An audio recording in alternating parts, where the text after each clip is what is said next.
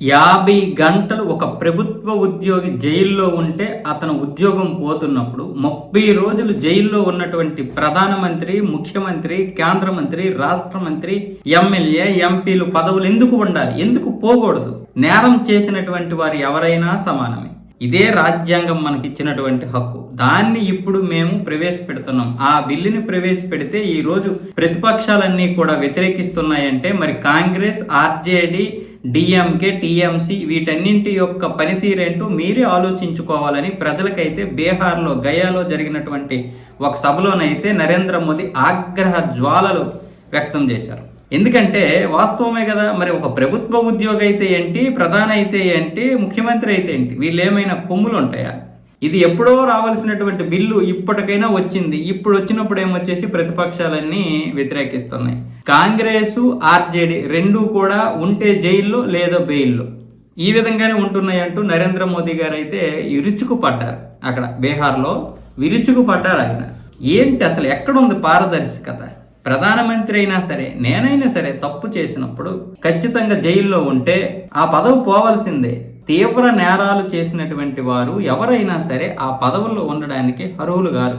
చాలా మందిని మనం చూసాం జైల్లో నుంచి ఆదేశాలు జారీ చేశారంటూ కేజ్రీవాల్ని ఆయన ఉద్దేశించి కూడా మాట్లాడారు. మొన్న కేజ్రీవాల్ అరెస్ట్ అయినప్పుడు అక్కడి నుంచి ఆదేశాలు ఇచ్చారు కదా.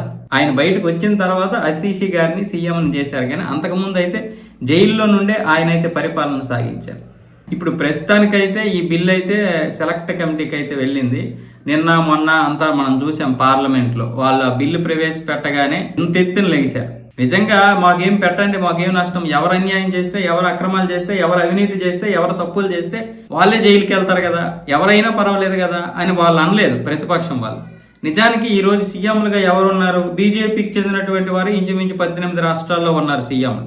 మరి వాళ్ళకి వర్తిస్తుంది. ఎవరైతే బిల్లు ప్రవేశపెట్టారో కేంద్ర మంత్రి ఆయనకి కూడా చెల్లుతుంది. ఏ పార్టీ అయితే ప్రవేశపెట్టిందో బీజేపీ, ఆ ప్రధానమంత్రికి కూడా బిల్లు ఇది ఉంది కదా. ప్రధానమంత్రి మినహాయింపు ఏం లేదు కదా.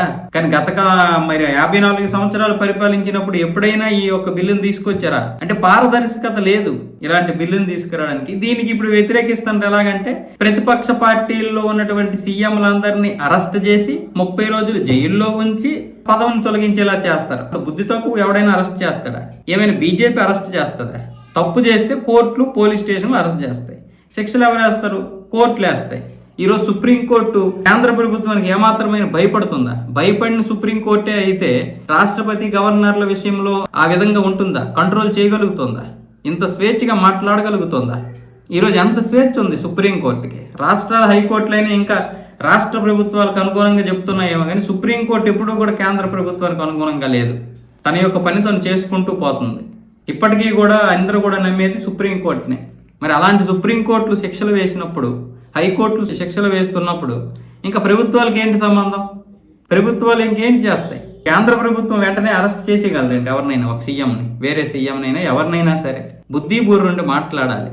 ఇన్ని సంవత్సరాలు మీరు అధికారంలో ఉంటూ ఇంక ఇదేనా నేర్చుకున్నది? ఇంకెంతో మీరు ప్రవేశపెట్టాలి, ఇలాంటివి స్వాగతించాలి. మీరు ఇంకా వ్యతిరేకిస్తున్నారంటే ఇంకేమనాలి?